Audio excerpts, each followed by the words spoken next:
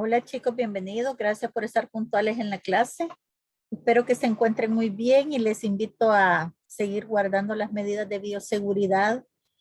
El virus todavía está ahí, ¿verdad? No nos ha abandonado y lamentablemente los casos van en aumento en nuestro país, así que no está de más recordarles que hay que lavarse las manos frecuentemente, sobre todo hay que estar en casa, aprovechen de estarlo haciendo, ¿verdad? Hay que estar usando mascarilla cuando salgamos. Así que ánimo chicos y a seguir cuidándose. En esta mañana vamos a comenzar nuestra clase hablando un poco acerca de el contenido socioemocional. No sé si ya se habrán dado cuenta que esta semana estamos trabajando las decisiones, ¿verdad? El poder tomar decisiones de una manera asertiva y de una manera con responsabilidad, ¿verdad? Responsabilizándonos de las consecuencias de las decisiones, porque todas las decisiones que tomamos tienen consecuencias. Y realmente las decisiones son las que determinan nuestro futuro. Esas consecuencias, aunque nosotros a veces digamos, no, pero esta es mi vida y no le afecta a nadie, eso no es cierto, ¿verdad? Sobre todo le afecta a nuestra familia más cercana, las decisiones que tomamos, porque si estamos tristes por las decisiones, ellos también se ponen tristes, o si logramos tomar una decisión acertada, ellos también disfrutan del éxito que ustedes logren. Así que quiero compartirles un video que es la historia de un chico llamado Sergio, más o menos de su edad, porque ya le toca escoger una carrera universitaria y no haya qué hacer, ¿verdad? Entonces este video nos da algunos tips que podemos seguir para poder tomar una decisión.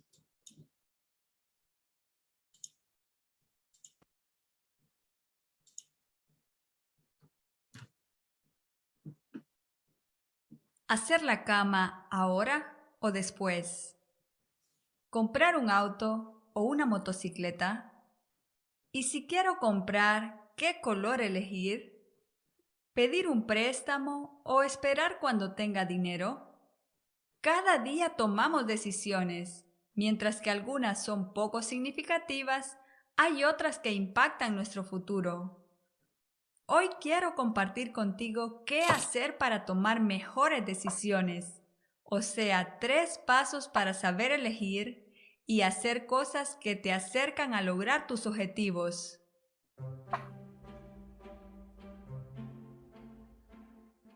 Imagina que tenemos un joven que está a punto de elegir su carrera universitaria. Sergio, porque este es su nombre. Puede estudiar Derecho, Programación, Finanzas, Medicina, Ciencias, entre varias otras. Necesita elegir solo una de todas las opciones que tiene. ¿Y qué pasa? Sergio no está seguro. Bueno, le gusta tecnología y pensaba estudiar programación, pero sus padres no comparten esta idea. Dicen a toda la familia, qué bonito sería tener un hijo doctor. Sergio no sabe cómo enfrentar a sus padres y finalmente toma la carrera de medicina. Piensa que no será tan malo, porque puede estudiar programación por las noches. Sin embargo, semanas después se da cuenta que estaba bien equivocado. No le alcanza el tiempo para hacer 2 carreras a la vez. Entonces dejó de soñar sobre tener una empresa de tecnología. La historia de Sergio ilustra 3 problemas que todos tenemos. Primero, tenemos demasiadas opciones. Sergio podría elegir entre docenas de diferentes carreras. Igual que tú tienes docenas de formas de ahorrar dinero, muchas opciones de invertir y aún más para elegir a la hora de hacer las compras. ¿Es malo tener muchas opciones? Quizás no, pero con tantas opciones es difícil saber cuál es la mejor. Para elegir bien, necesitas tener definido qué es importante para ti y saber cómo defender tu causa. Y con ello llegamos al segundo problema. Otros nos presionan. A Sergio le presionaron sus padres y por consiguiente tomó la carrera que querían ellos, no él. Somos vulnerables a las opiniones de los demás, porque a nadie le gusta ser juzgado o criticado. Además, si no estás seguro de lo que quieres, rápido encuentras a alguien que elige por ti, ya sea tu familia, amigos o compañeros. Si no quieres que alguien más decida sobre tu vida, necesitas aprender la habilidad de tomar tus propias decisiones. De ello hablaremos en un momento, pero hay algo más que podemos aprender de la historia de Sergio. Tercero, es un mito que puedes tenerlo todo. Es lo que nos dicen los anuncios y es también lo que queremos creer. Sergio pensaba que será capaz de realizar 2 carreras a la vez, pero pronto descubrió la verdad. Nuestros recursos, el tiempo, la energía y también el dinero son limitados. Si no sabes elegir bien, vas a gastarlos en cosas menos importantes y no podrás realizar lo que en verdad te gusta. No lograrás abrir tu propio negocio si dedicas todo el tiempo a trabajar en un empleo. Tampoco estarás más saludable si sigues comiendo lo mismo y huyes de hacer ejercicio. Si tienes $1000 y los gastas todo para un televisor, no te alcanzará para comprar una portátil. Entonces, 2 cosas son ciertas. Cada decisión tiene su consecuencia y tus resultados dependen de tus acciones. Por ello, es tan importante tener claro cuál es tu prioridad y de las ilimitadas opciones que tienes, elegir aquellas que te acercan a lograrla.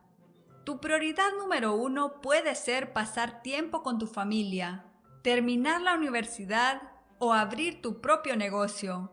Seguro ya sabes cuál es. ¿Y qué hacer cuando ya sabes tu objetivo?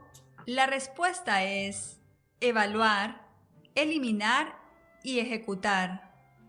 Primero, evalúa la situación. Piensa en las actividades que estás haciendo. Por ejemplo, ¿qué haces por la mañana cuando te despiertas? ¿Qué haces después de regresar del trabajo? ¿En qué cosas estás gastando el dinero los últimos días o semanas? Pregúntate, ¿lo que estoy haciendo me acerca a lograr mi objetivo? Segundo, determina y elimina todas las actividades que no te dan los resultados que quieres. Para mí, esto significaba dejar de ver televisión antes de ir a dormir, rechazar varias invitaciones y eliminar los pequeños gastos que no solo dañaban mi bolsillo, sino también llenaban la casa de objetos poco necesarios. Seguro no serás capaz de deshacerte de todos los malos hábitos o gastos innecesarios en un solo día, pero empieza hoy eliminando la primera cosa. Puedes incluso preparar una lista de cosas que quieres eliminar de tu vida. Y como último paso, ejecuta, o sea, haz el trabajo que te lleva a tu objetivo. Si has eliminado alguna actividad dañina, desarrolla en su lugar un nuevo hábito. Pon tu atención en hacer solo las cosas esenciales y aprender a decir no a todo lo demás. Si pones en práctica estos 3 pasos, pronto aprenderás a tomar decisiones más conscientes. Porque cuando tienes una prioridad, te será más fácil rechazar las cosas menos importantes y decir no a las propuestas que no te interesan. Este es un proceso, y aunque tengo mis avances, yo también sigo aprendiendo cómo elegir lo más esencial de las cientos de opciones que aparecen en el día a día.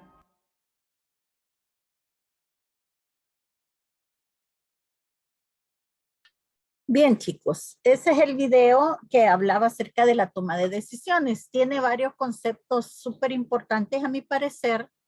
El primero de ellos es que no debemos dejarnos influenciar por las personas a nuestro alrededor a la hora de tomar decisiones, ¿verdad? Tenemos que aprender a tomar decisiones por nosotros mismos.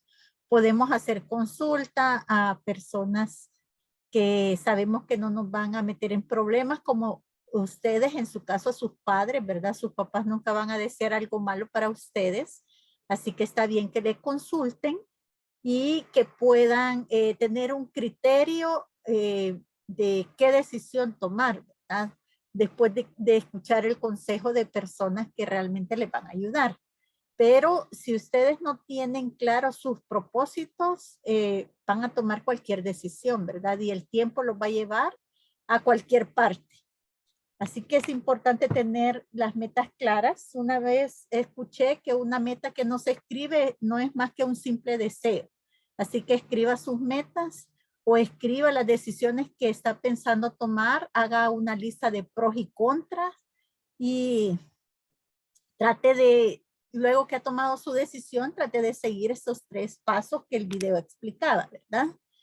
Una vez que ya tenga tomada su decisión, trate de ubicarse, ver cuál es su situación actual para poder lograr ese objetivo que tiene. Luego trate de eliminar aquellas cosas que no le van a ayudar a lograr ese objetivo. Por ejemplo, si su meta es salir bien en los estudios, obviamente va a tener que dejar a un lado las redes sociales. Tal vez las puede ver, pero no por mucho tiempo, los juegos de video, etcétera. Y luego que ha hecho eso, tiene que ejecutar, ¿verdad? Aunque ya la decisión esté tomada, pero no hace nada al respecto, ahí va a ser la decisión solo escrita y no se va a poder llevar a cabo. Recuerde que las decisiones que tomemos van a determinar nuestro futuro, así que es importante que las tomemos conscientemente. Espero que esto les ayude a poder visualizar mejor la toma de decisiones responsables. Vamos a pasar a la parte de nuestra clase. En esta mañana vamos a cubrir al fin las leyes de Newton. Hemos estado por ya 2 semanas tratando de llegar a este tema, pero no hemos llegado porque hemos puesto las bases para poder comprender lo que son las leyes de Newton. Empezamos hablando de las fuerzas, ¿verdad? ¿Cuáles eran las principales fuerzas? ¿Cómo hacer un diagrama de cuerpo libre? ¿Qué más aprendimos? Aprendimos el concepto de fuerza resultante, que lo vamos a retomar ahora en una retroalimentación que vamos a hacer al inicio. Aprendimos también cuál es el concepto de inercia. Todas esas cosas nos van a servir para entender de una mejor manera lo que son las leyes de Newton. La agenda a desarrollar este día, ya hablamos del contenido socioemocional. Voy a dar la retroalimentación de la fuerza resultante que les dije. Voy a volver a retomar el tema de la inercia y luego nos vamos a dedicar a hablar ya en sí de las leyes de Newton, qué nos enseñan y cómo las vamos a manejar. Entonces, como parte de la retroalimentación, es sumamente importante que ustedes manejen el concepto de fuerza resultante, también llamada fuerza neta o fuerza total. ¿Por qué es tan importante? Porque cuando en las leyes de Newton nos hablan de fuerza, sobre todo en la primera y en la segunda, la fuerza de la que nos están hablando es la fuerza neta. ¿Y qué es la fuerza neta? Es la sumatoria de todas las fuerzas que actúan sobre un cuerpo, ¿verdad?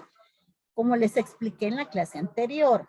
Si yo tengo este bloque sobre este plano inclinado y están actuando estas 3 fuerzas, aparte de la normal, del peso, de la fricción, ¿verdad? ¿Cómo encuentro yo la fuerza neta? Bueno, primero recordar que la fuerza es una magnitud vectorial. Por lo tanto, no solo tengo que sumar 60 más 80 más 120 para sacar la fuerza resultante, sino que tengo que hacer una suma de vectores. Luego, el concepto de fuerza resultante me dice que son la sumatoria de todas las fuerzas, desde F1 hasta Fn. Entonces voy a sumar todas las fuerzas que actúen sobre el cuerpo. En este caso yo tendría que sumar el peso, más la normal, más la fricción, más la fuerza de 120 libras, más la de 80, más la de 60, pero sumas vectoriales. ¿Cómo hacemos estas sumas vectoriales? Tenemos varios casos para poder analizar. Los voy a decir así rapidito y luego los vamos a ver en un interactivo. Los primeros que vamos a evaluar, el caso 1 y 2, son fuerzas que se encuentran en el mismo eje, ya sea en el eje X, en el eje Y, pero que van en el mismo sentido o en sentido contrario. ¿Cómo hacemos eso? Para eso creo que nos puede servir el siguiente interactivo para que lo puedan visualizar. Bueno, voy a compartir la pantalla para no estar quitando cada rato esto. Ahorita. Vaya. Aquí. Veamos. Vaya, usted puede ver en pantalla ahorita que tengo un carrito lleno de dulces, ¿verdad? Y tengo cuerdas a ambos lados. Y tengo dos equipos de personas, el equipo rojo y el equipo azul, que pueden empezar a alar este carrito, cada quien a su lado, ¿verdad? Entonces vamos a estudiar primero qué pasa si yo tengo dos fuerzas en el mismo sentido. Este jovencito que acabo de poner ahí hace una fuerza de 50 newtons hacia la derecha, ¿verdad? ¿Qué pasa si yo pongo a este hombre aquí? Él hace una fuerza de 150 newtons. Entonces, como los dos hacen fuerza en el mismo sentido, yo voy a tener una fuerza resultante en ese sentido a 200 newtons. ¿Verdad? Lo mismo sucedería si estas fuerzas fueran negativas, es decir, que fueran hacia la izquierda. Tengo este joven que hace una fuerza de 50 newtons, este que hace una fuerza de 100, entonces voy a tener 150 hacia la izquierda. Entonces, en conclusión, fuerzas en el mismo sentido se suman y se pone la dirección en común. Ese sería el primer caso. El segundo caso es que yo tenga fuerzas en sentido contrario. Tengo aquí una fuerza de 100 newtons y voy a poner aquí otra fuerza de 100 newtons. ¿Cuál va a ser la fuerza resultante aquí? Si yo hago una sumatoria de fuerzas, puede ver arriba que el resultado es 0, porque fuerzas en sentido contrario se restan. Si yo tuviera una fuerza mayor que otra, por ejemplo, aquí agregué una de 50 newtons a la derecha. Si usted se fija, mi fuerza resultante va a ir hacia donde vaya la sumatoria mayor, ¿verdad? En este caso, estos dos suman 150 y él apenas hace 100. Entonces, la resultante va a ir hacia donde vaya la fuerza de 150, pero se siguen restando, ¿verdad? 150 menos 100, 50 a la derecha. ¿Qué pasa si yo pongo una aquí de 150? Voy a tener 250 y 150. Entonces, si usted se fija, la fuerza resultante cambió siendo 100 a la izquierda. ¿Por qué? Porque 250 es mayor que 150 y hago la resta. 250 menos 150, 100 hacia la izquierda. ¿Alguna pregunta con estos dos casos, chicos?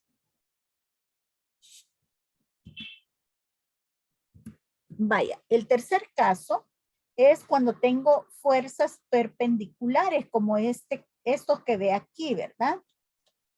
Ve una chica que está haciendo fuerza hacia la derecha y que está representada con F sub 2 y un chico que está haciendo fuerzas hacia arriba y que está representado por el F sub 1. Entre estas dos fuerzas se forma un ángulo de 90 grados. Para poder sacar la fuerza resultante yo puedo hacer uso del teorema de Pitágoras, ¿verdad? Entonces aquí yo tendría que hacer la raíz, la fuerza resultante va a ser igual a la raíz cuadrada de F2 al cuadrado más F1 al cuadrado. Y saco el módulo únicamente del vector. Recuerdo que un vector tiene módulo, dirección y sentido. Aquí le estoy enseñando una forma rápida de encontrar el módulo del vector, ¿verdad? Porque es bastante común que le pregunten eso. Así que por eso lo estoy aclarando. Luego, el último caso es cuando tengo fuerzas en cualquier dirección, como este que está acá, ¿verdad? Tengo fuerzas al noreste, una al sureste de 15 grados y otra al sureste de 90 menos 15, ¿verdad? Que son 75. ¿Cómo se hace este tipo de suma? Bueno, si usted recuerda, creo que hace 2 lunes hicimos un repaso de sumatoria de vectores. Si usted no recuerda cómo sumar vectores, al igual que le dije ya hace varias clases, puede tomarse el tiempo de ver el video donde expliqué la suma de vectores por el método analítico, porque lo vamos a usar y eso es algo súper importante en física, poder sumar vectores. El método analítico me dice que yo lo que tengo que hacer es sacar la sombra que cada vector proyecta en los ejes. Por ejemplo, aquí yo tendría que sacar la sombra que F1 proyecta en el eje X y la sombra que F1 proyecta en el eje Y. Luego por eso se llama el método de componentes rectangulares, porque si se fija yo formo un rectángulo aquí, ¿verdad? Luego que formo un rectángulo, el propósito real no es tener un rectángulo, sino tener un triángulo rectángulo. Entonces, esta componente que se genera aquí, déjenme enseñarle. Aquí se me genera una componente en Y y aquí se me genera una componente en X, ¿verdad? Esta se llamaría F1 en X y esta se llamaría F1 en Y. Entonces, como el propósito no es formar un rectángulo, sino formar un triángulo rectángulo, lo que hago es mover una de estas componentes rectangulares de tal forma que me quede un triángulo. Entonces, lo que yo hago es que muevo Fx, la dejo ahí donde está, y muevo Fy para acá. Para que me quede de una sola vez el triángulo rectángulo.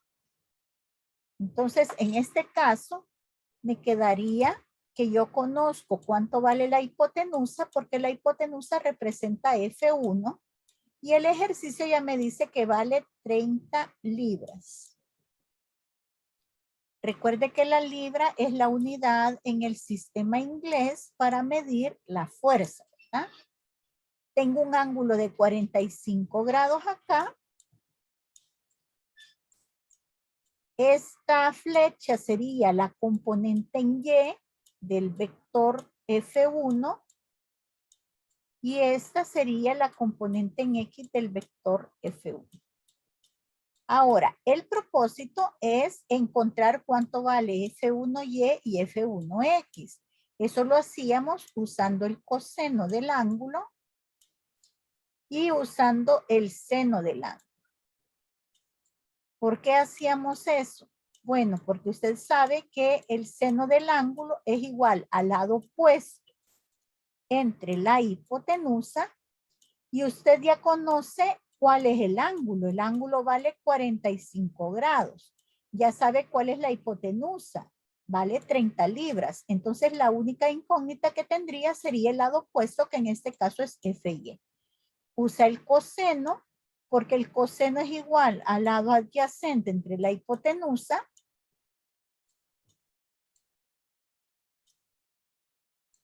que en este caso que le estoy explicando, ya sé que el ángulo vale 45 grados y que la hipotenusa vale 30 libras. Y yo quiero encontrar el lado adyacente que es Fx. Luego solo despejo mi incógnita y ya encuentro las componentes rectangulares. Eso lo hago con cada vector que tengo en mi plano cartesiano, en mi diagrama de cuerpo libre. Luego, lo que hacíamos es que poníamos una tablita, aquí el nombre del vector, la componente en X, la componente en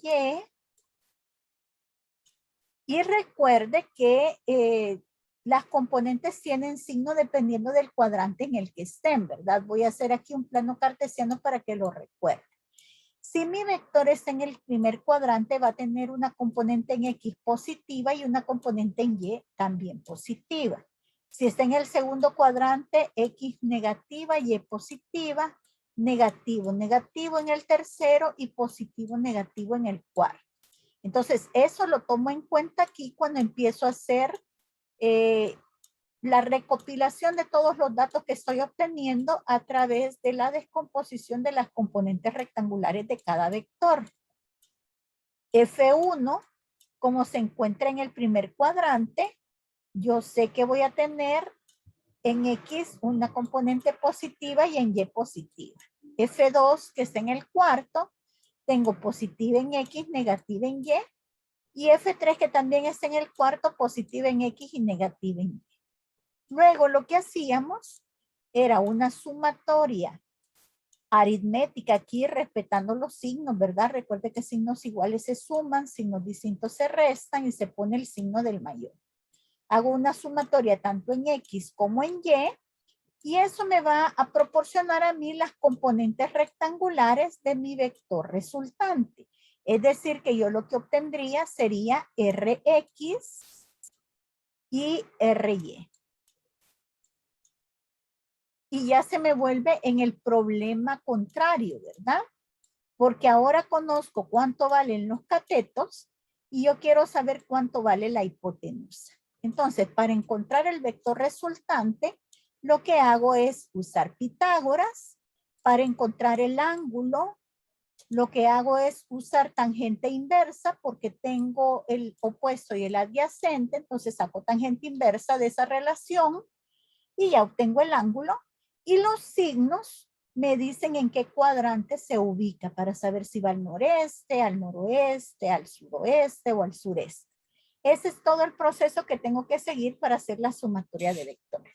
Entonces, como le repito, si usted no recuerda muy bien esto, he tratado de hacer un resumen rápido de todo el proceso, pero si le ha quedado alguna duda, en YouTube están grabadas las clases, ¿verdad? Y ahí puede encontrar la clase de sumatoria de vectores por método analítico, componentes rectangulares. Y va a poder verificar esto. También en mate creo que están viendo vectores ahorita. Puede utilizar ley de seno, ley de coseno que ha aprendido en mate. Solo pone sus vectores cola con punta, ¿verdad? Igual que en el método del polígono. Y aplica la ley de cosenos también o la ley de seno dependiendo de los datos que tenga. Bueno, ahora que hemos recordado esto tan importante, vamos a pasar a ver los conceptos de nuestra clase de este día. El primer concepto que vamos a hablar es el concepto de inercia. La inercia, como puede ver en pantalla, la definición de inercia es la resistencia que un cuerpo pone para cambiar de estado de movimiento. ¿Cómo así? Bueno, aquí ve usted una imagen de un ciclista, un motociclista que va a toda velocidad y de repente se encuentra un auto en el camino. Y cuando frena, ¿qué es lo que le sucede al motociclista? Bueno, si la diferencia va muy rápido, lo que va a suceder es que él puede salir volando, ¿verdad? Y pasar encima del auto. ¿Por qué sucede eso? Bueno, sucede eso porque él iba junto con la moto en un movimiento rectilíneo hacia adelante y cuando la moto se detiene repentinamente, él quiere seguir y yendo en la misma dirección hacia adelante. Entonces, por eso es que tiene su cuerpo esa reacción. También podemos ver este tipo de reacción en el siguiente interactivo que refleja una de las situaciones muy comunes que exponen cuando hablamos de inercia y es cuando usted va en un automóvil. Al ir en este automóvil, el auto se está moviendo en línea recta. ¿Qué es lo que pasa si el auto frena de repente? Lo que pasa es que usted se hace hacia adelante porque quiere seguir en línea recta. Si no estuvieran otros asientos al frente de usted, lo que sucedería es lo que le pasa a esta chica que va en el bus y que va sentada en una silla de rueditas. Mire lo que sucede cuando frena. Ella sigue en movimiento recto hacia adelante, tal y como el bus estaba inicialmente. Luego, cuando el bus está detenido y arranca de repente, su cuerpo lo que hace es irse hacia atrás porque quiere seguir permaneciendo en reposo en ese lugar. Si no tuviera otros asientos y estuviera en una silla de rueditas, sucedería algo como esto, ¿verdad? Entonces, eso es efecto de la inercia. Lo que está pasando aquí es que el cuerpo quiere seguir en el mismo movimiento en el que está.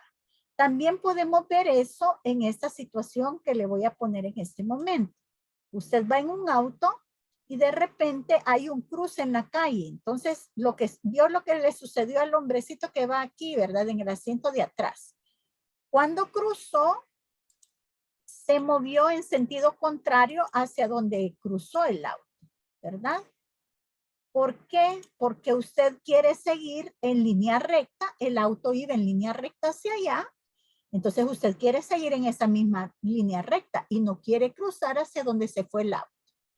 Y sucede en posición contraria, sucede el efecto contrario, ¿verdad? ¿Alguna pregunta hasta acá, chicos?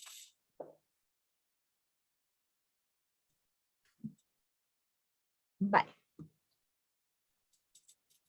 Ejemplos de inercia. Bueno, ya vimos eso de que su cuerpo se va hacia atrás cuando el coche acelera.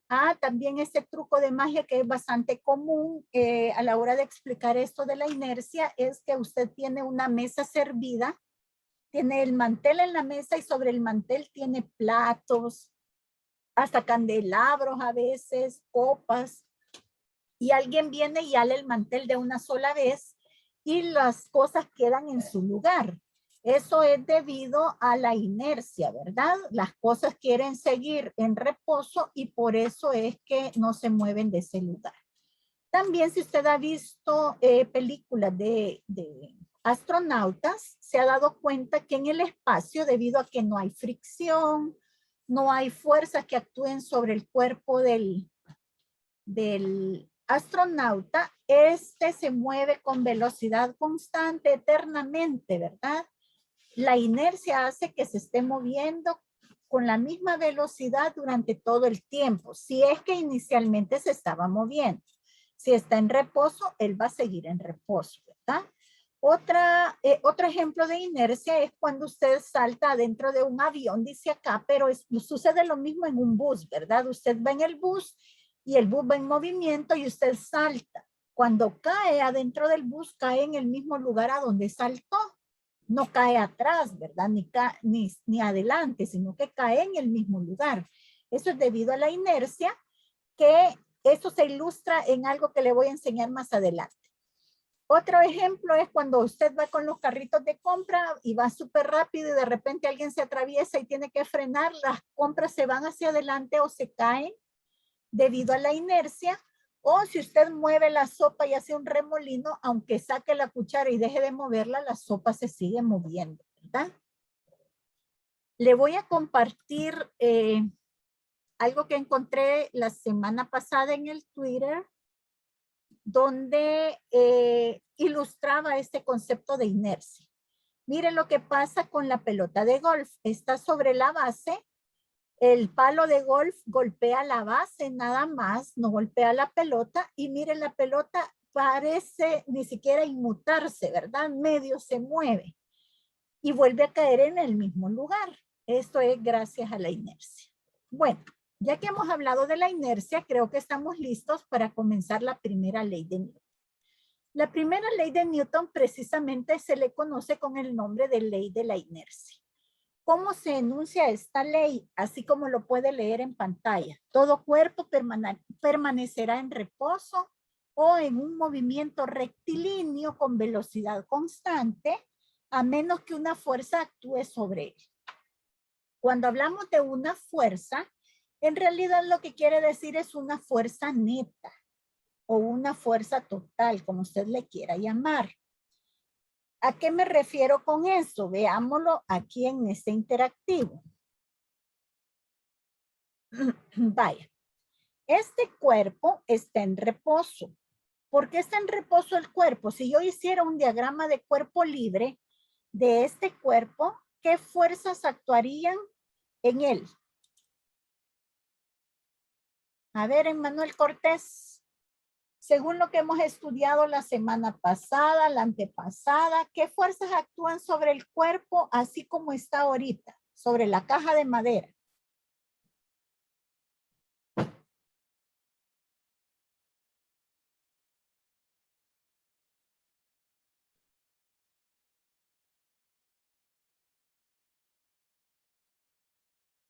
Ajá, don Emmanuel.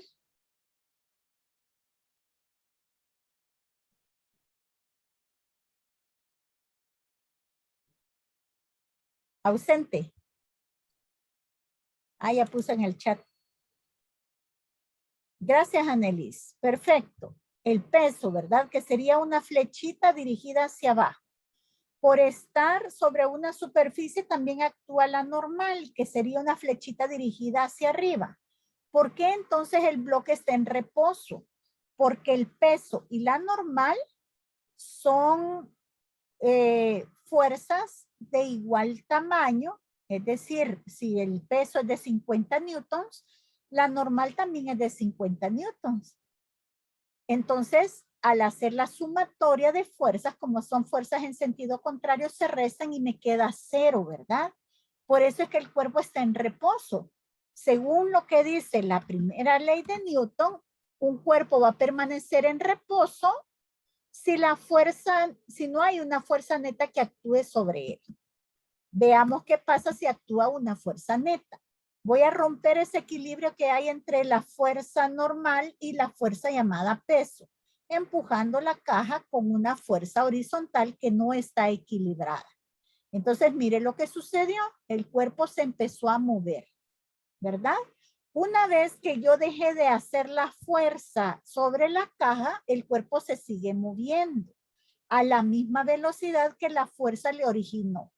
¿Por qué se sigue moviendo con velocidad constante el cuerpo? Bueno, se sigue moviendo con velocidad constante porque de nuevo quedaron en equilibrio las fuerzas. Solo quedó la normal y el peso. Ya la fuerza que se le aplicó para lograr el movimiento desapareció. Por eso se va moviendo con velocidad constante. Eso es lo que me dice la primera ley, ¿verdad? Que mientras no haya una fuerza que no esté equilibrada, yo tengo dos opciones. Opción número 1, un cuerpo en reposo. Opción número 2, un cuerpo que se mueva con velocidad constante. ¿Cuándo se va a dar eso? En dos ocasiones. Que ninguna fuerza actúe sobre el cuerpo, como en el caso del astronauta, o como este caso, ¿verdad? O que las fuerzas que están actuando estén en equilibrio. Segunda ley. La segunda ley se conoce como la ley de la fuerza o el principio fundamental de la dinámica. Esta es la ley que voy a utilizar para resolver los ejercicios de estática y dinámica que voy a ver a continuación de las leyes de Newton. Lo que dice el enunciado de la segunda ley, usted lo puede ver en pantalla y dice que la aceleración en un cuerpo es directamente proporcional a la fuerza del cuerpo que se le aplica a ese cuerpo e inversamente proporcional a la masa. ¿Cómo así? ¿A qué se refiere eso? Bueno, volvamos a nuestro interactivo. Si yo tengo este objeto, vamos a ver. Le voy a poner masa, veamos la velocidad. Ahorita está con velocidad 0. Le voy a empezar a aplicar una fuerza. Mire lo que sucede. Bueno, solo le apliqué la fuerza y el objeto se sigue moviendo con la misma velocidad porque está cumpliendo la primera ley de Newton. Fuerzas en equilibrio. Ahora, si yo hago que haya una fuerza que no esté en equilibrio, si usted se fija, lo que está sucediendo con la velocidad es que va cada vez aumentando más. Eso significa que hay un cambio en la velocidad. Al haber un cambio en la velocidad, hay una aceleración. Cosa número 1 que puedo aprender. La fuerza que no está equilibrada, que se llama fuerza resultante, esa fuerza va a tener la misma dirección que la aceleración que se está generando. Segunda cosa que puedo aprender. Yo he aplicado una fuerza de, veamos, vamos a aplicar una de 98 newtons. Ah, pero no veo los valores. Déjenme poner otra vez. Vaya. Vaya, mire lo que pasa si yo aumento el valor de la masa. Yo empujo esto con una fuerza de 59 newtons. Y mire cómo se está moviendo. Va logrando una aceleración cada vez más grande a ese ritmo. Mire el tiempo con el que lo está logrando. Veamos qué sucede si yo aumento la masa. Encima voy a poner eso, una refri, y voy a sentar aquí al señor. Ahora la masa ha aumentado grandemente. Después de tener 50, ahora tengo 250, 330, ¿verdad? Vamos a ver, voy a tratar de aplicar la misma fuerza, que eran creo que 59 newtons. Bueno, ni siquiera se mueve con 59 newtons. Le voy a aplicar más. Eso significa que a mayor masa, mayor inercia, ¿verdad? Es más difícil cambiar de movimiento a un objeto entre más pesado es. Bueno, ni siquiera lo pudo mover el hombrecito. Le voy a quitar a este chico. Vamos a ver si así puede. Tampoco. Ah, pues vamos a dejar solo la refri.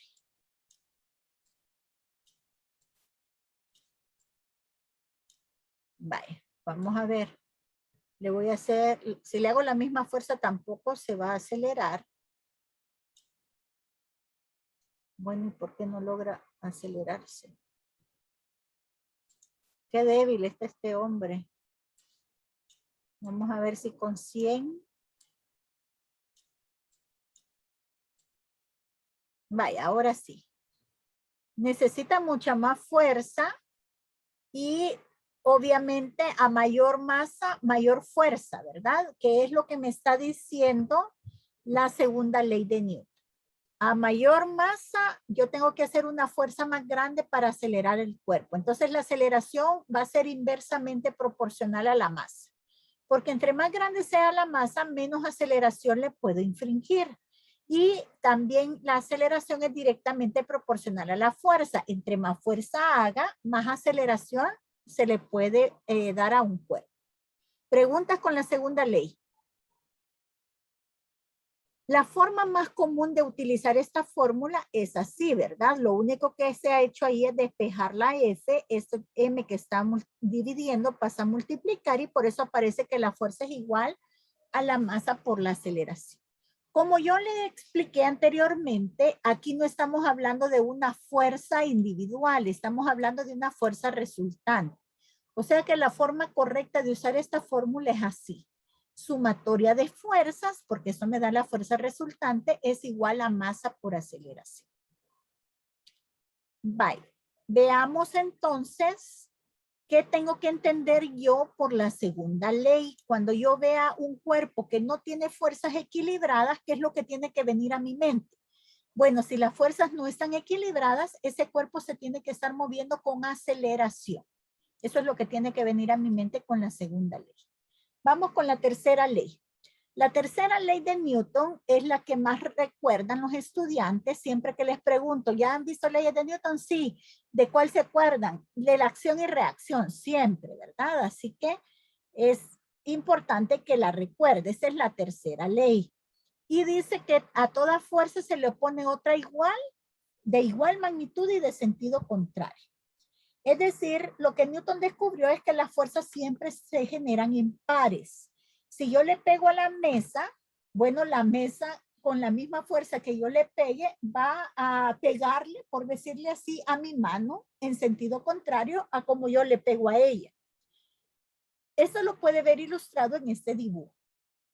Tengo una chica que es una nadadora y para poderse impulsar, ella lo que hace es empujarse con los pies de la pared de la piscina. Yo creo que usted ya ha visto eso o ya lo ha hecho, que cuando uno está nadando se empuja desde la pared para agarrar como más velocidad, ¿verdad? Agarrar aceleración.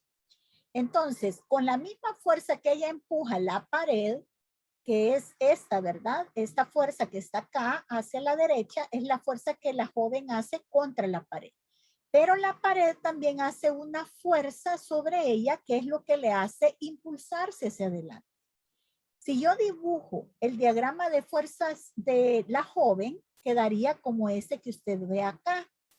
Ella se va a acelerar hacia adelante porque hacia ahí está la fuerza resultante.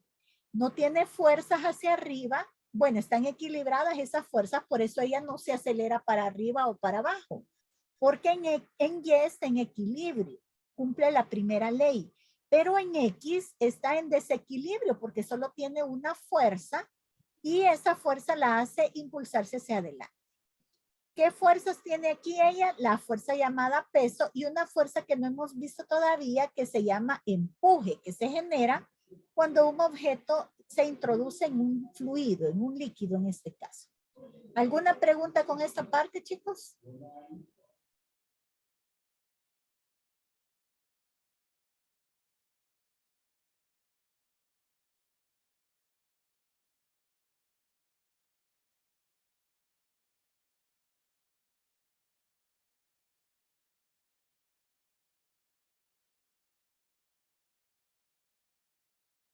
Vaya.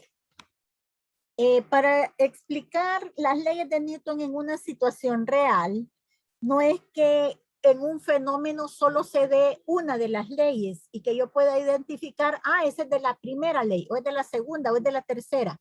Van a haber ocasiones en que estas leyes van a estar compartidas. Generalmente se aplica más de una de estas leyes al movimiento, ¿verdad? Y lo que usted va a hacer, porque a veces le preguntan, ¿cuál es la ley que justifica lo que está pasando? Entonces, lo que usted tiene que ver es el contexto de lo que está pasando y cuál es la ley que predomina. Aquí tenemos un pequeño video donde se ilustra una situación cotidiana, ¿verdad? La chica va caminando tranquilamente, el chico va corriendo con una pelota de fútbol en la mano y choca con él. Entonces la pelota sale disparada, la chica también y cae sobre una banca y el chico solo se retrocede un poco, ¿verdad? Entonces, luego explica físicamente qué es lo que pasa. More to it. Okay. Vale, lo que sucede al ir corriendo es que al encontrarse y chocar, se generan dos fuerzas. Ella no quiere caminar. Ahí está. Se generan dos fuerzas, ¿verdad? Dos fuerzas iguales y en sentido contrario. Por eso la chica sale rebotando para la banca y el chico retrocede solo un poco. Entonces la chica le pregunta, pero ¿y por qué si las dos fuerzas son iguales? Yo salí disparada hasta la banca y tú solo medio te retrocediste. Bueno, eso es por la diferencia de masa. Ya vimos primero la tercera ley, ¿verdad? Se generaron dos fuerzas iguales en sentido contrario.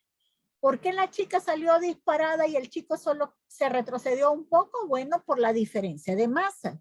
¿Quién de las dos tiene más masa? Obviamente el chico tiene más masa que la chica. Entonces, si él tiene más masa, tiene más inercia.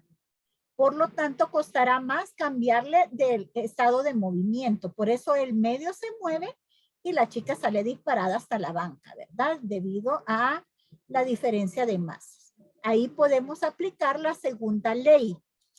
Fíjese en esa situación que acaba de pasar ahí. Tenemos un auto y un bus. Cuando chocan, obviamente el auto sale disparado más lejos y el bus un poco debido a la diferencia de masa.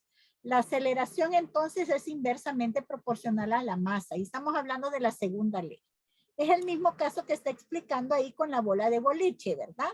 La bola tiene más masa y por eso es que los bolos salen disparados más lejos que la pelota.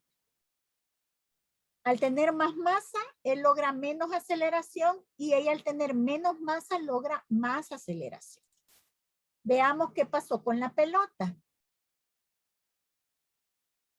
Cuando chocan, la que sufrió más fue la pelota, ¿verdad? Ella salió mucho más disparada que la chica porque obviamente tiene menos masa que ella.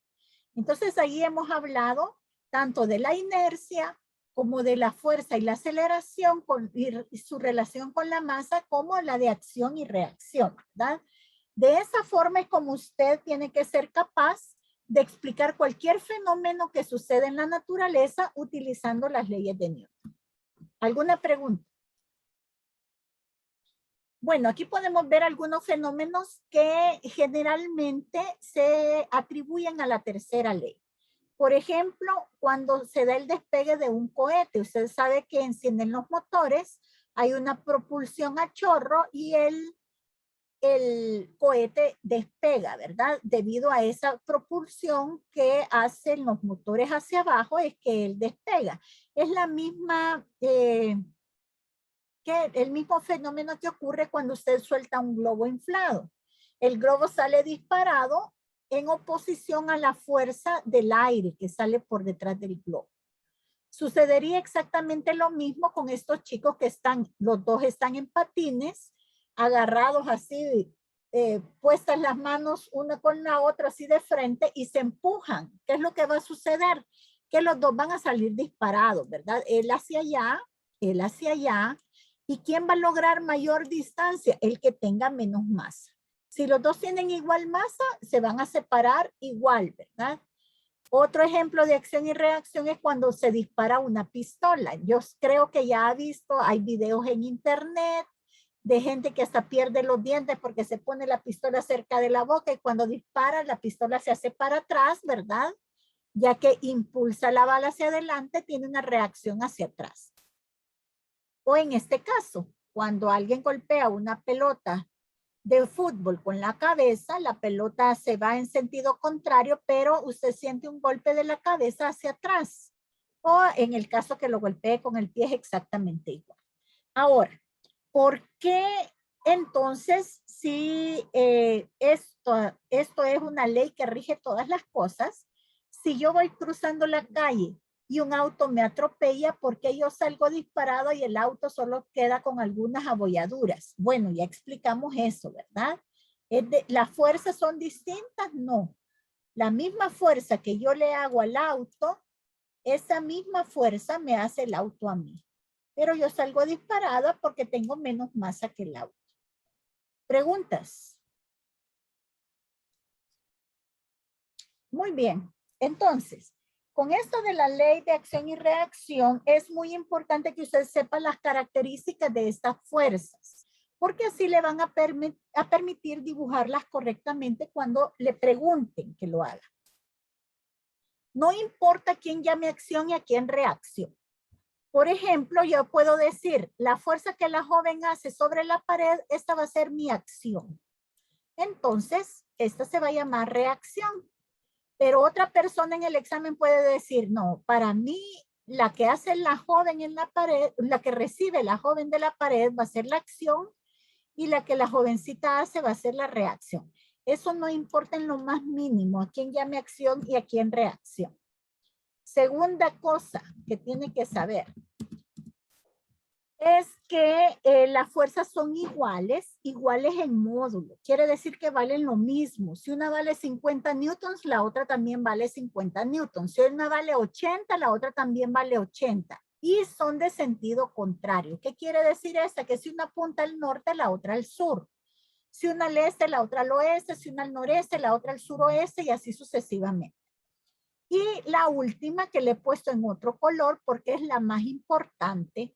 ¿Por qué se convierte en la más importante? Bueno, se convierte en la más importante por dos razones. Primero, porque la mayoría se le olvida. Y por olvidarse, es la que más se examina. Esas son las dos razones. Entonces, usted siempre tiene que recordar que las fuerzas de acción y reacción siempre actúan en cuerpos diferentes. Una pregunta bien clásica de este tema, que lo he visto en varios exámenes de admisión de distintas universidades, es que a usted le ponen un libro sobre una mesa y le dicen, ¿cuáles son las fuerzas que actúan sobre el libro? Bueno, actúa la normal y el peso.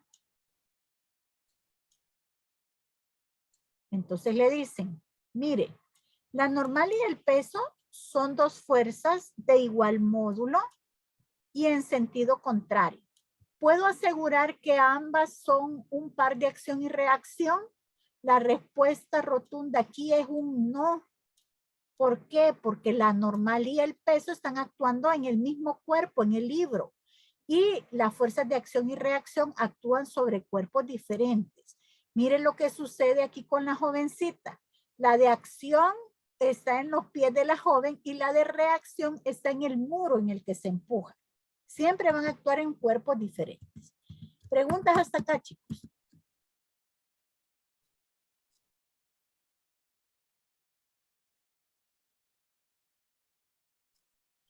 Vaya, entonces vamos a aprender a dibujar estas fuerzas porque eso va a venir en el examen, obviamente. Y luego voy a empezar con el diagrama de cuerpo libre más sencillo, ¿verdad? Que de hecho ya le di copia anteriormente. Hay 2 libros sobre una mesa. ¿Qué fuerzas actúan? La normal y el peso. Yo esperaría que a estas alturas de la vida ya todos sean capaces de distinguir que actúa la normal y el peso. Si no es así, por favor, vean las clases anteriores porque eso es súper fundamental y no crea que solo lo vamos a usar en el tercer periodo, en el cuarto periodo. Lo vamos a usar el otro año cuando veamos trabajo y energía, ¿verdad? Exactamente como lo estamos usando acá, solo que agregando más pasos. Así que sí necesito que lo entiendas súper bien. Bueno, entonces, para poder dibujar las fuerzas de acción y reacción, lo primero que tengo que hacer es separar los cuerpos que interactúan. ¿Quiénes interactúan? Los libros. Aquí tengo los libros. Vamos a suponer que ese rectángulo une los 2 libros, ¿verdad? Y la mesa.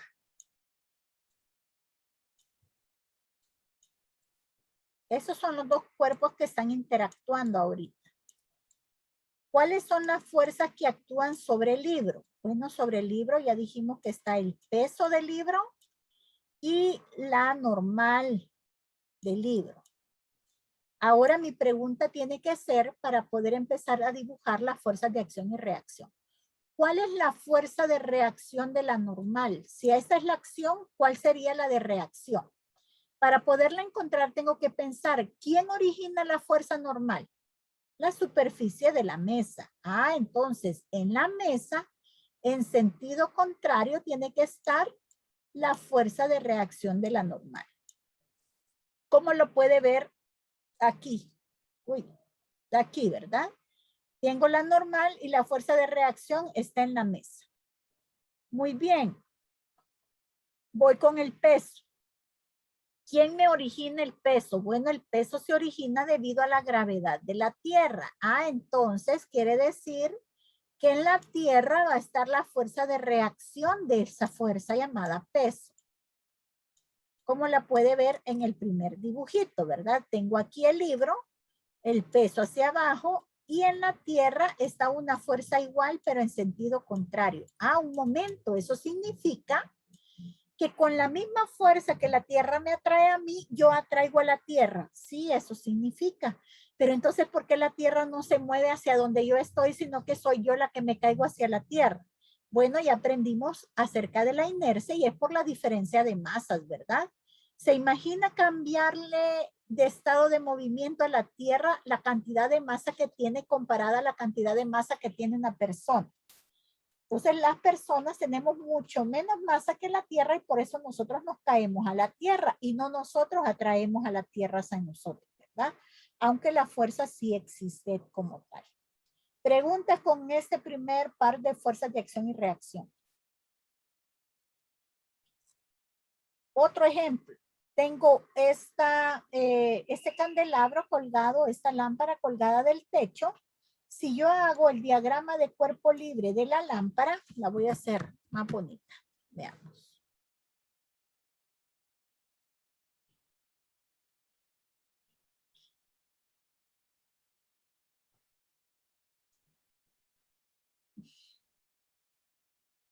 Voy a hacer el diagrama de cuerpo libre de la lámpara.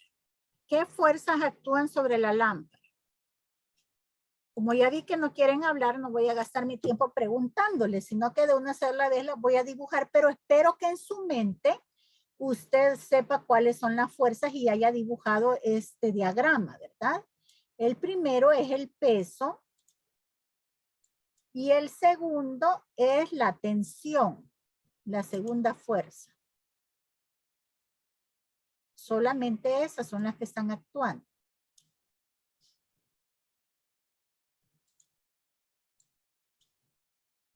Para dibujar las fuerzas de acción y reacción, yo tendría que separar la lámpara, que la voy a representar por este cuadro o este rectángulo, y la cadena, porque esas son las dos cosas que están interactuando, ¿verdad? Vamos a suponer que esta es una cadena. Vaya, perfecto.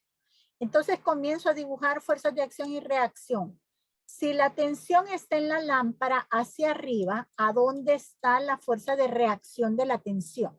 La pregunta es, ¿quién me genera la tensión en la lámpara? La cadena. Entonces significa que en la cadena va a estar la fuerza de tensión igual en magnitud, pero en sentido contrario. La otra fuerza es el peso. ¿Quién origina el peso en la lámpara? La tierra. Entonces en la tierra, supongamos que esta es la tierra, en la tierra estaría la fuerza de reacción del peso de igual magnitud, pero sentido contrario. Y así sucesivamente yo puedo dibujar las fuerzas de acción y reacción de cualquier sistema que a mí me pidan que haga, ¿verdad? Preguntándome quién genera esa fuerza sobre mi cuerpo de estudio. Preguntas.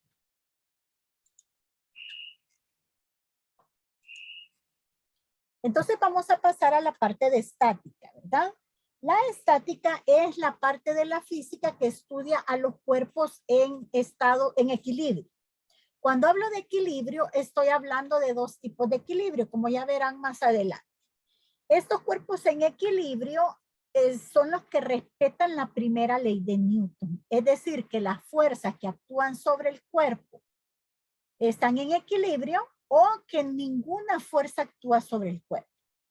Gracias a estas dos, yo puedo saber que un ejercicio es de estática si el cuerpo está en reposo o el enunciado me dice que se está moviendo con velocidad constante, ¿verdad? Porque esas son las dos opciones que me da la primera ley. En resumen, como usted sabe que la segunda ley dice que la sumatoria de fuerzas en un cuerpo es igual a masa por aceleración, pero si un cuerpo está en reposo, no tiene velocidad, mucho menos aceleración. Entonces, esto se vuelve cero y mi fórmula sería sumatoria de fuerzas igual a cero. ¿Y qué tal si un cuerpo está moviéndose con velocidad constante? Bueno, usted sabe que cuando no hay cambio en la velocidad, la aceleración vale cero, porque la aceleración es el cambio en la velocidad precisamente. Así que si se está moviendo con velocidad constante, también esta fórmula se me convierte en la sumatoria de fuerzas igual a masa por aceleración. Como voy a tener fuerzas en ambos ejes cartesianos, tanto en el X como en el Y, a la hora de resolver los ejercicios, yo voy a descomponer esto así. Tengo que verificar que la sumatoria de fuerzas en X sea igual a 0 y que la sumatoria de fuerzas en Y sea igual a 0. Si hago esto, ya voy a estar listo lista para poder resolver los ejercicios, ¿verdad? Esa es la ciencia que tienen estos ejercicios, ¿verdad? Encontrar la sumatoria de fuerzas en X, igualarlo a 0, encontrar la sumatoria de fuerzas en Y e igualarlo a 0. ¿Preguntas? Vaya, entonces como le decía, las condiciones de equilibrio tienen que estar, son dos. La primera de ellas es la que voy a explicar ahorita y la otra la voy a explicar la próxima semana en la clase. La primera condición de equilibrio se refiere al equilibrio traslacional, es decir, cuando un cuerpo se desplaza de un lugar a otro. Ese es el equilibrio traslacional, ¿verdad? Y para que exista equilibrio traslacional, lo que yo me tengo que asegurar es que la sumatoria de fuerzas sobre el cuerpo sea cero. Y eso va a suceder cuando el cuerpo está en reposo o cuando se mueve con velocidad constante, como ya hablamos anteriormente. Aquí tengo algunos ejemplos de condiciones de equilibrio. En equilibrio traslacional tengo un cuerpo que está colgando del techo no se está moviendo ni hacia abajo ni hacia arriba, eso significa que el peso y la tensión son iguales. Igual acá y igual acá, este cuerpo se está moviendo pero con velocidad constante, entonces significa que la fuerza del motor y la fuerza de fricción están en equilibrio. Veamos el primer ejemplo. ¿Cómo resolver este tipo de ejercicios? Vaya, para esto voy a abrir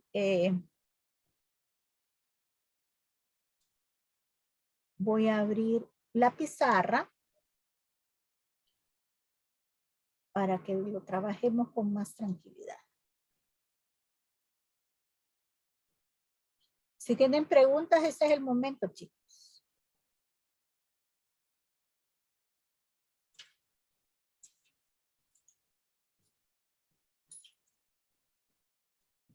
Vamos a ver.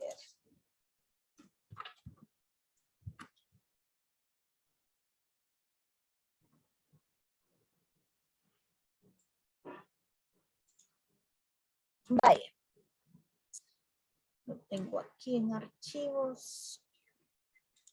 Aquí está. El primer ejercicio es una aplicación de medicina, ¿verdad? Me dice que un accidentado requiere que se le aplique tracción a la pierna. Él se ha quebrado la pierna. Generalmente cuando les ponen clavos en la pierna, lo ponen con unas pesas para que los huesos lleguen a su lugar, y etcétera, ¿verdad?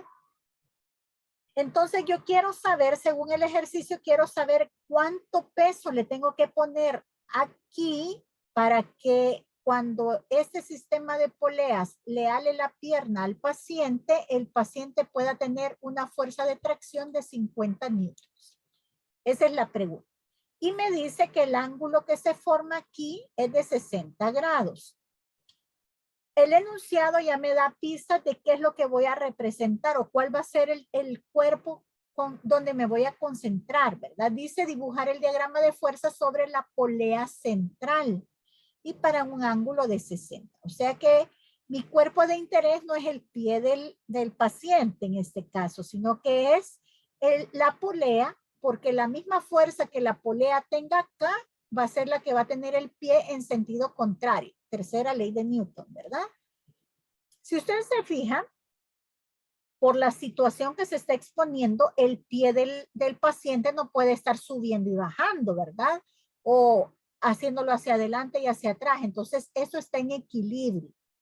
Por lo tanto, voy a dibujar mi diagrama de fuerzas de la polea que está en el centro, que es lo que me está diciendo que haga. Hago mi diagrama, mi eje cartesiano, y ahora me voy a dedicar a dibujar. ¿Qué fuerzas tiene esta polea? Muy bien, va a tener una tensión para acá.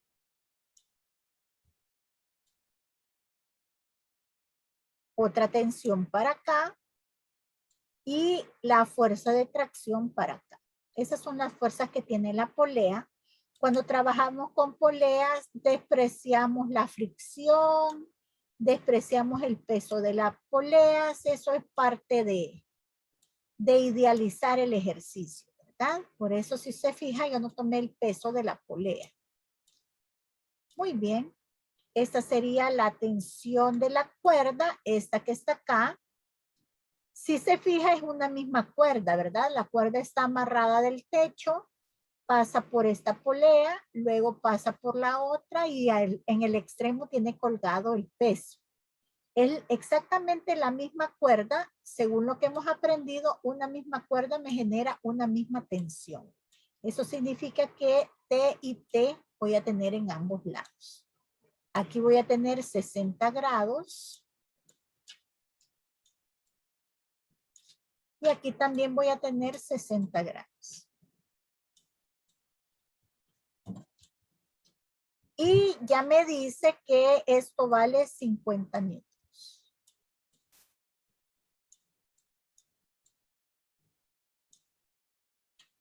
Pregunta, chicos, con esto.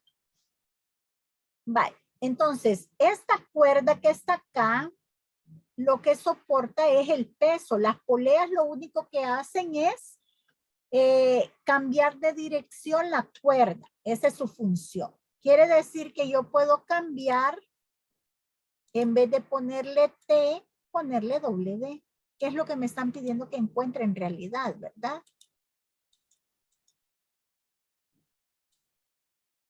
Aquí lo que aguanta es el peso y el peso. Vamos a ver cuánto tiene que valer W para poder hacerle contrapeso a la tensión y que estén en equilibrio. ¿Cómo hago eso? Bueno, voy a aplicar la primera condición de equilibrio, es decir, que la sumatoria de fuerzas en X, voy a empezar, va a ser igual a 0.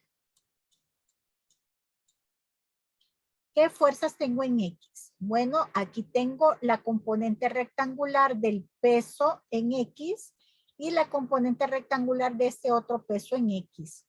O sea que voy a tener W por el coseno de 60, porque es el lado adyacente, ¿verdad? ¿Se acuerda que acabo de explicar cómo sacar eso? Pues ahorita solo lo estoy aplicando. Más, porque esto tiene signo más y esto tiene signo más, porque la componente en X aquí es positiva y la de este también es positiva. Más W coseno de 60. Menos, ¿por qué? Porque las X aquí son negativas. Menos 50 newtons. Ahí estamos. Menos 50 newtons. Igual a 0. ¿Alguna pregunta con la sumatoria de fuerzas en X? Si se fija, estos son términos semejantes. Si yo los sumo, me va a quedar 2 veces W por el coseno de 60. Voy a pasar los 50 newtons al otro lado del igual. Como aquí está sumando, aquí está restando, va a pasar con signo positivo.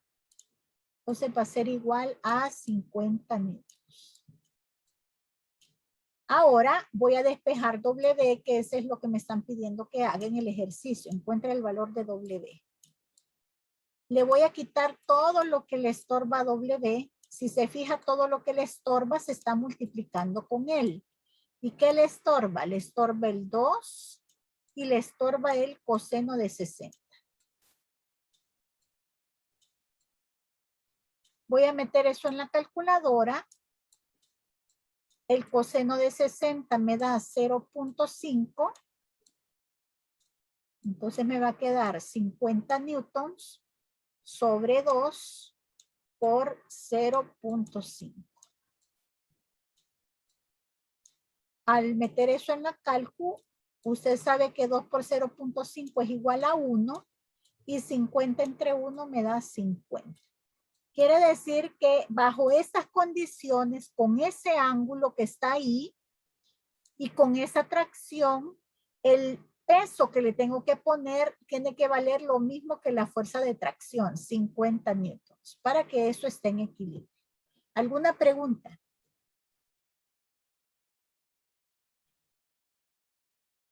Perfecto, entonces vamos al ejemplo 2.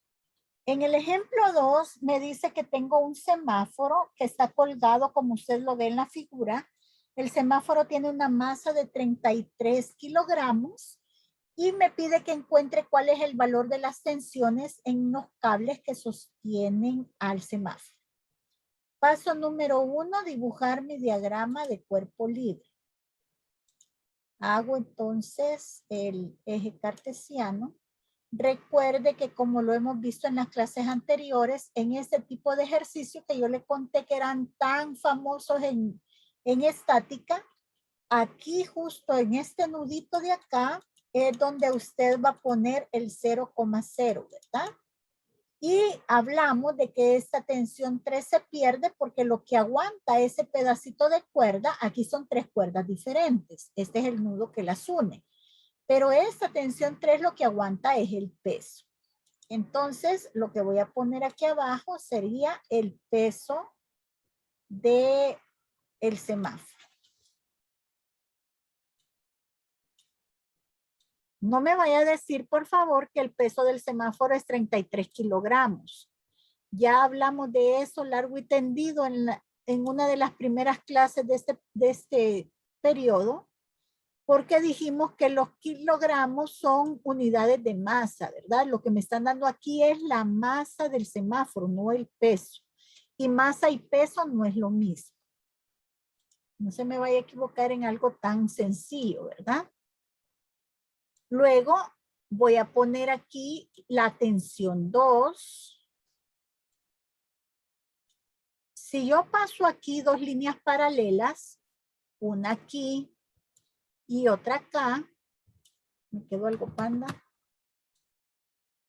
Déjeme rectificarlo bien para que lo vea.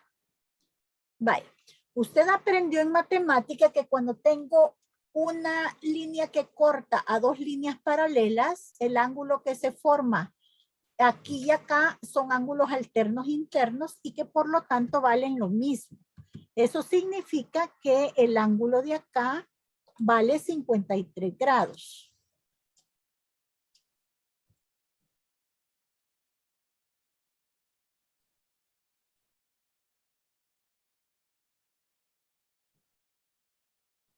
Ahora, esta es la tensión 2. Y exactamente por la misma razón, cuando yo dibuje aquí la tensión 1,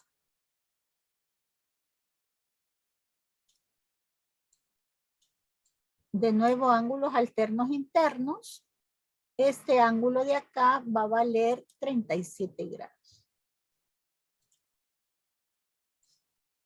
¿Alguna pregunta con el diagrama de cuerpo libre?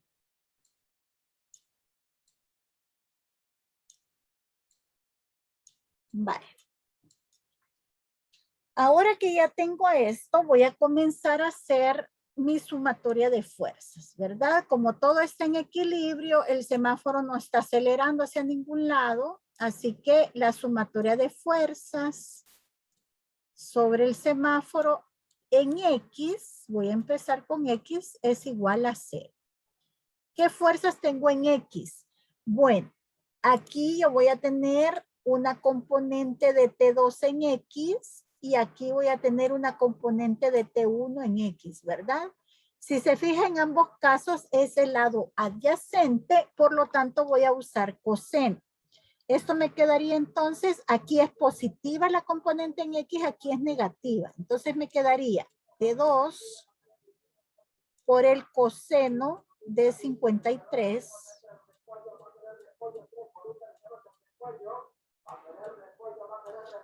menos, porque aquí es negativo, voy a cerrar un micrófono un ratito mientras pasa el camión de la verdura.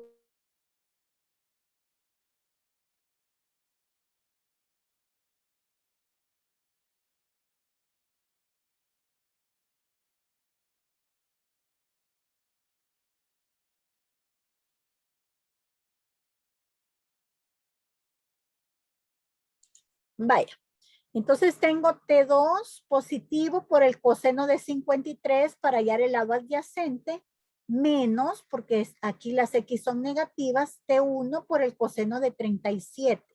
Esto es igual a 0.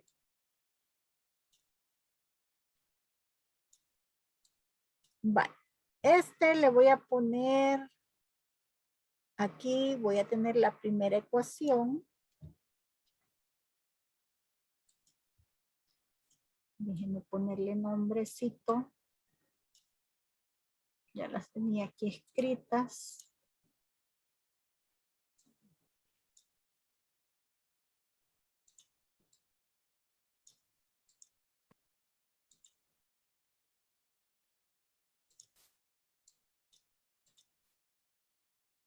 ¿Por qué le pongo, por qué le pongo a esa ecuación 1? Bueno, le pongo ecuación 1 porque si usted se fija, yo tengo dos incógnitas. Yo no conozco a ninguna de las dos,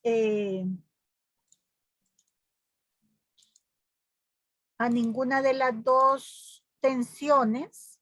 Ay, se me borró todo lo que había hecho. ahorita. No conozco ninguna de las dos tensiones, así que ni modo, ¿verdad? Para poder resolverlo, yo necesito un sistema de ecuaciones. Por eso a esta le voy a poner ecuación 1.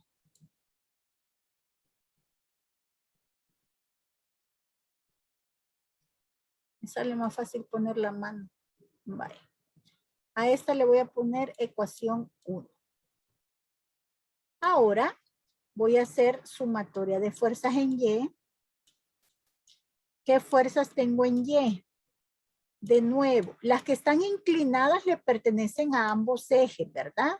Si usted se fija acá, yo voy a tener una componente en Y de T2 y una componente en Y de T1. Así que voy a tomar en cuenta a ambos. Ambas son positivas porque las Y aquí son positivas. Como es el lado opuesto, es seno el que voy a usar. T1 por el seno de 37 más T2 por el seno de 53 menos, porque tengo una fuerza en el eje Y, menos el peso. Esto va a ser igual a 0. Yo no tengo una fórmula para encontrar la tensión, pero ya tengo dos ecuaciones y dos incógnitas, así que voy a hacer un sistema de ecuaciones. ¿Cómo se trabaja un sistema de ecuaciones? Bueno, la parte física ya casi termina, va a terminar cuando yo sustituya la fórmula de peso y sustituya los datos que tengo.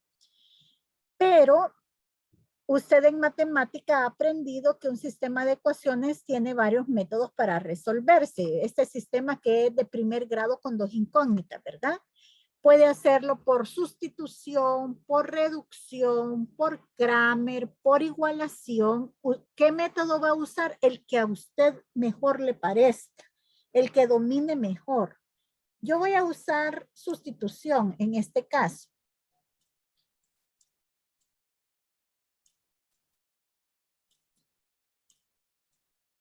Lo único que voy a hacer es sustituir la fórmula de peso. Recuerde que solo la fricción y el peso tienen fórmula, así que lo voy a usar. El peso aprendimos que es igual a la masa por la gravedad. De una sola vez voy a pasar el peso para el otro lado. Aquí está negativo, va a pasar positivo. Masa por gravedad. En vez de la masa, yo voy a poner los 33 kilogramos que ya el ejercicio me da. Y en vez de la gravedad, voy a poner el valor de la gravedad, que ya sé que es 9.8 metros sobre segundo al cuadrado. Luego voy a meter eso a la calculadora y me va a dar obviamente un numerito, ¿verdad? Que va a ser el valor del peso del semáforo. Entonces aquí tengo 33 kilogramos por 9.8 metros sobre segundo al cuadrado.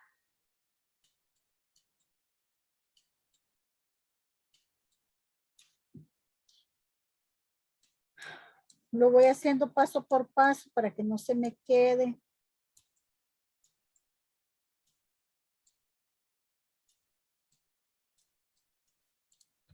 Lo que podemos hacer aquí para aprovechar el tiempo es sacar el seno de 37. Veamos cuánto es. Seno de 37. 0.60. 0.6. T1. Más seno de 53. Me da 0.8. 0.8 T2. Y esto me va a dar igual a 33 por 9.8. 323.4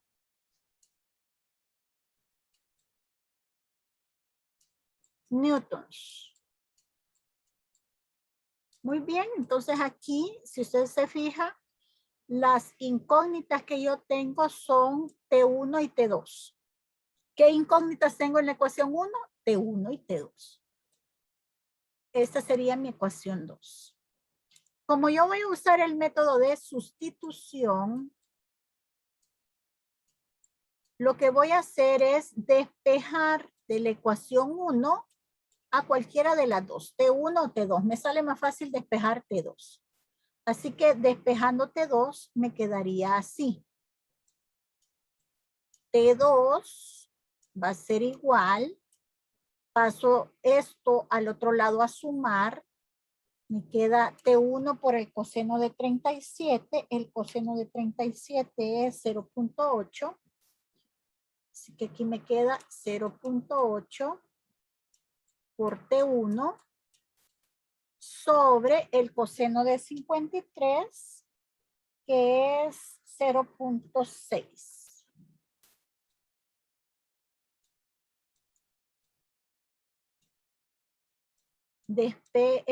Realizo esta operación 0.8 entre 0.6, 0.8 entre 0.6, me da 1.33.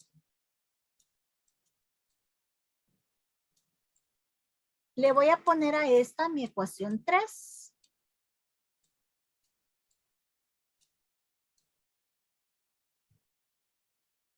Ahora, como es el método de sustitución, lo que voy a hacer es sustituir en 2, 3, ¿verdad?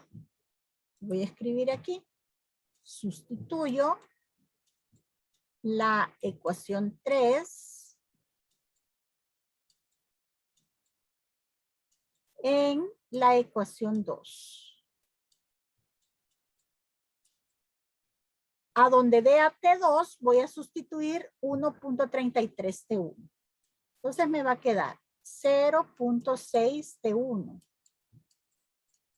más 0.8.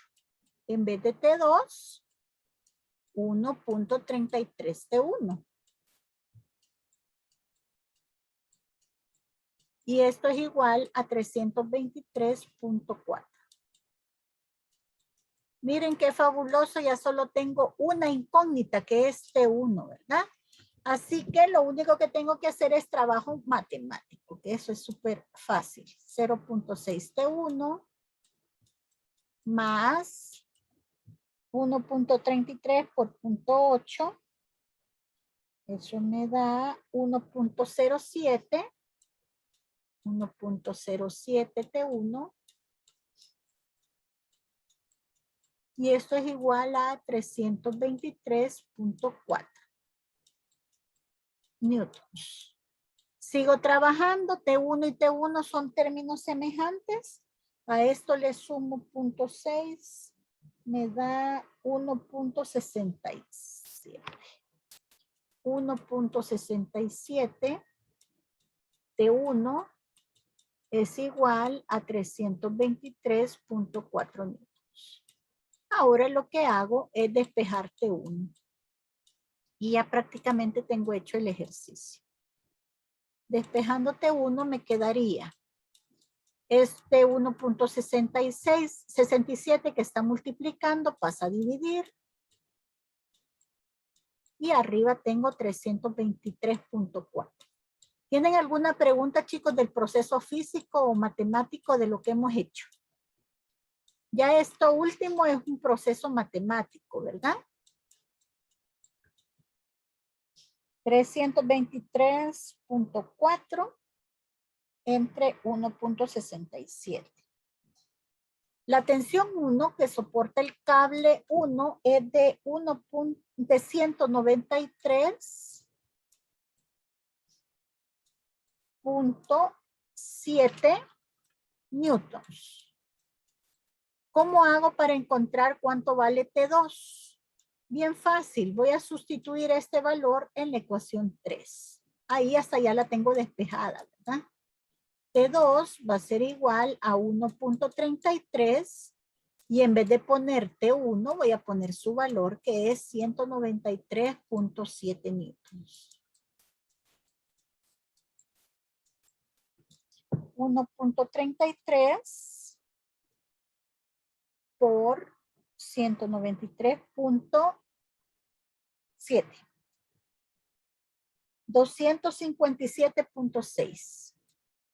La tensión que soporta el cable 2 es de 257.6. Y así la estructura está en equilibrio. Con eso hemos realizado, chicos, el ejercicio que nos pedía resolver. Ya me había pasado de la hora, lo siento, no me había dado cuenta.